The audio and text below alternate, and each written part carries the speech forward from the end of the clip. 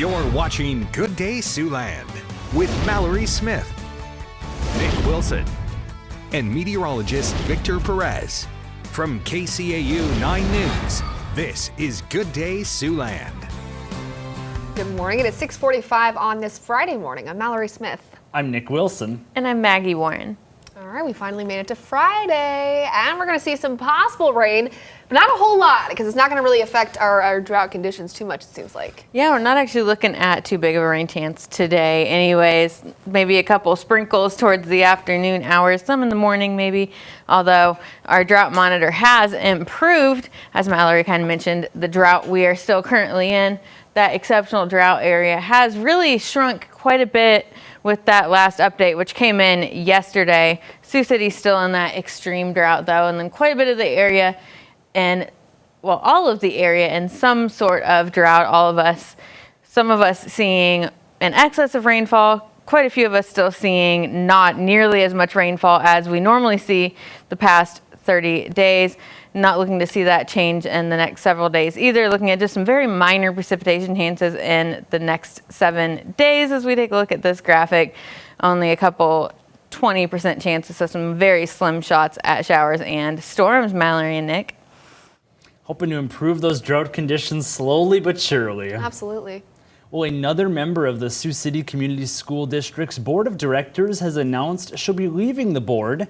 Monique Scarlett says it's time for others to have a chance to serve. Scarlett announced she will not run for re-election. She has been on the school board since 2019. She and former board member Perla Alarcon-Flory made history as the first minority women to serve on the board. Scarlett adds she has no regrets about her time with the school board, and she wants to see energetic faces join the board in the future.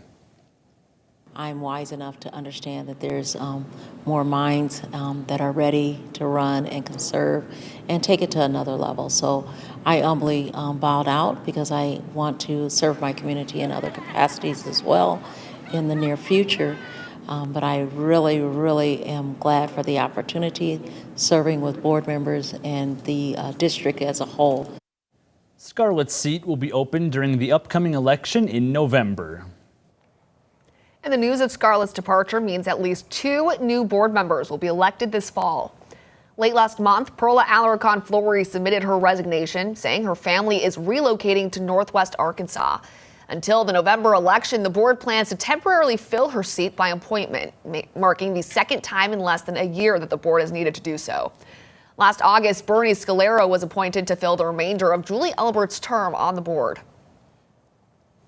In lighter news, the Powerball prize pool just keeps growing, with tomorrow's estimated jackpot now up to a whopping $875 million. This comes as no ticket won the top prize on Wednesday night's drawing, but a few tickets recently sold in Iowa have come very close to winning it all. In Monday's drawing, one ticket won a prize of $2 million. While another was worth $100,000. Then on Wednesday, a third Iowa ticket brought home $150,000. While there are multiple prizes available to win, the odds of bringing home the jackpot are astronomical, so it's important to always play responsibly. And now it's time to meet today's stray of the day. Every day we share a pet picked up by Sioux City Animal Adoption and Rescue who's waiting to go home.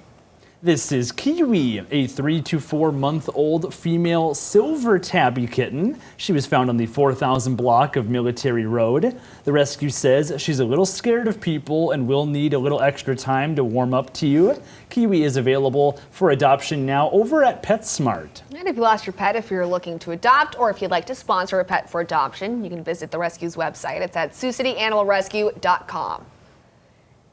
Kind of seems like she's all gray there, super cute. But if you are looking to adopt, you might also want to drop past PetSmart sometime in the next few days. Friends of the Animal Shelter will be at PetSmart in Lakeport Commons for an on-site adoption event. They'll be there today from 4 p.m. through 7 p.m., tomorrow from 10 a.m. to 4 p.m., and on Sunday from 11 a.m. to 4 p.m. Yeah, there will be dogs and cats there, just like Kiwi, who are all looking for their forever homes. So it's a great chance to stop by.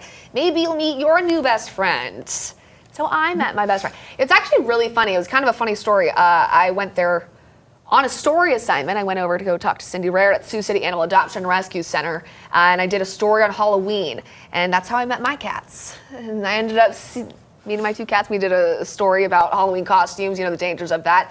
She introduced me, and then I was like, I want them. So that just might happen to you. You might go to PetSmart, love at first sight.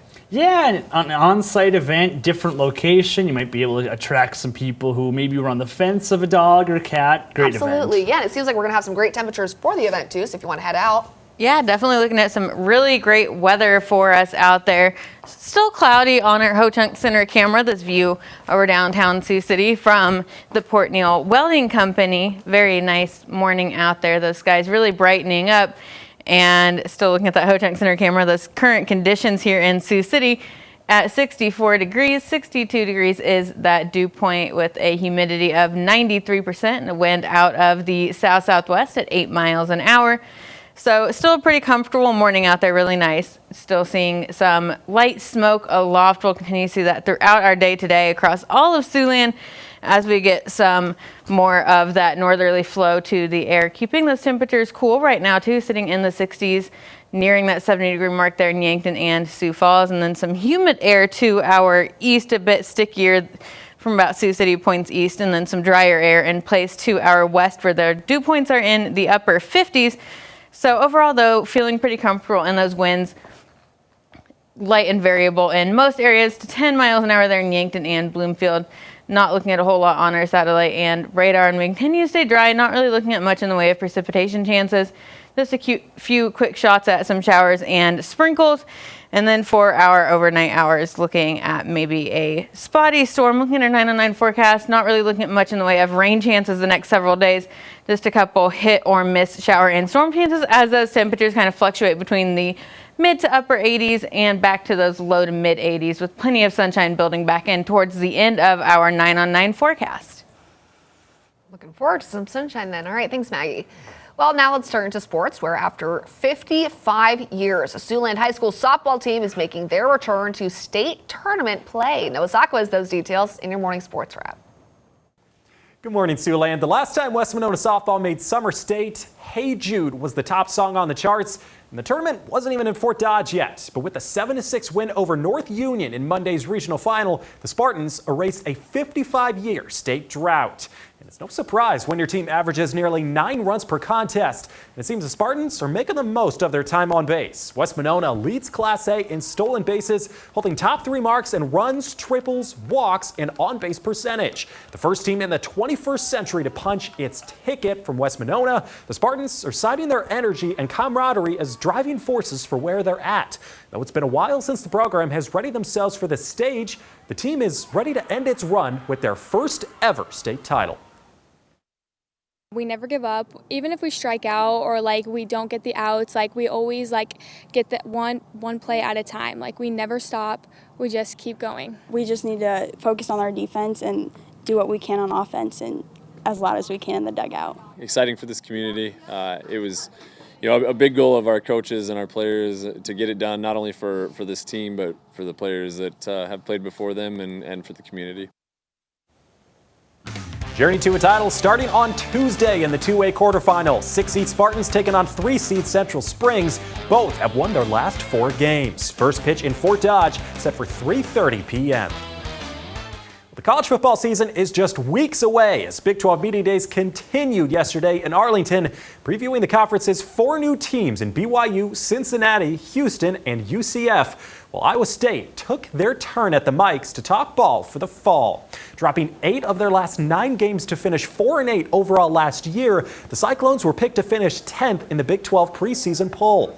But rather than focus on what went awry in its first losing season since 2016, head coach Matt Campbell says that adversity has brought them closer together. Looking to build further off their Big 12 best defense to starting quarterback Hunter Deckers after the West Sioux alum threw for the 3rd most yards in the conference in 2022. Seeing development from a young roster and Deckers into his 2nd starting year.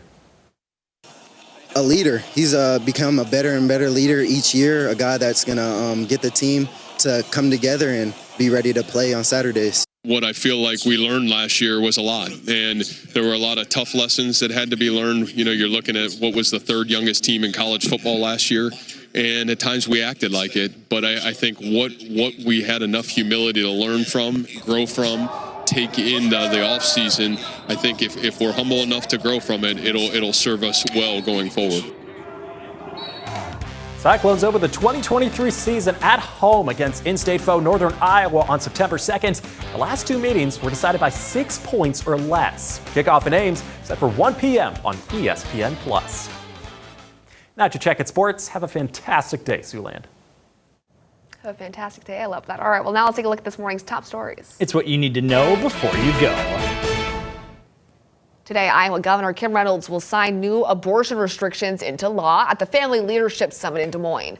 State lawmakers passed the bill on Tuesday night during a special legislative session called by the governor. It will ban most abortions when fetal cardiac activity can be detected, which is usually around 6 weeks. In addition to the bill's signing, the Family Leadership Summit will feature several Republican presidential hopefuls, including Ron DeSantis, Asa Hutchinson, Tim Scott, Mike Pence, Nikki Haley, and Vivek Ramaswamy.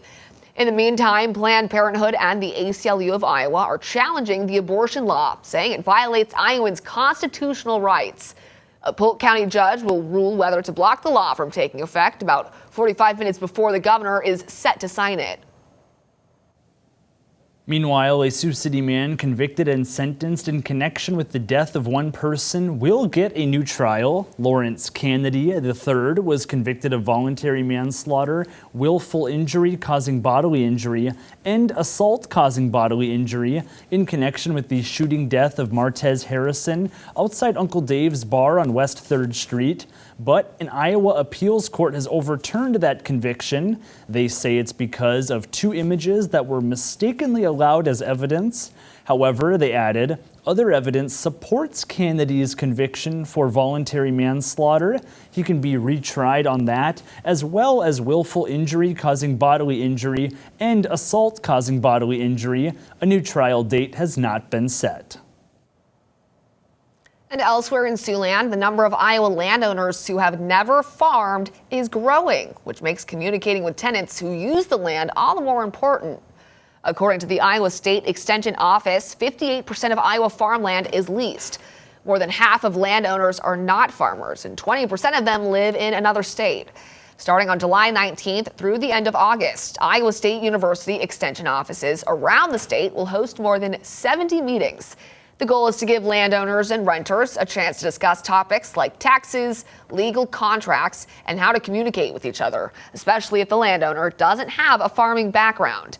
There is one topic the Extension Office says they're receiving questions about from both tenants and owners. I would say in the last 6 months, a lot of my questions have stemmed around conservation. And I think that from both sides. And so it is talking about how do I look at signing up for a carbon market program, or look at implementing some of these incentives to put on cover crops, or to change to no-till or low-till. ISU Extension offices in Siouxland are among those planning to host the workshops. We will have a story up on our website later this morning with more information about how you can find a session near you. It'll be at siouxlandproud.com. All right, well, it seems like we're starting off with some cloudier kind of conditions. Yeah, and unfortunately for those farmers, like you saw in that last package, not looking at much in the way of rainfall the next several days. Just a couple spotty shots at showers and storms. Temperatures into the upper 80s for us for our Saturday to open the weekend.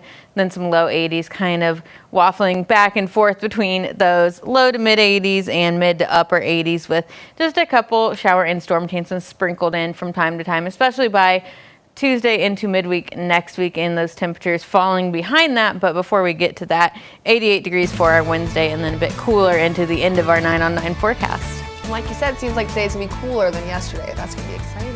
Still a nice looking weekend overall. Yeah, it looks like it. Thanks for watching. Have a good rest of your morning.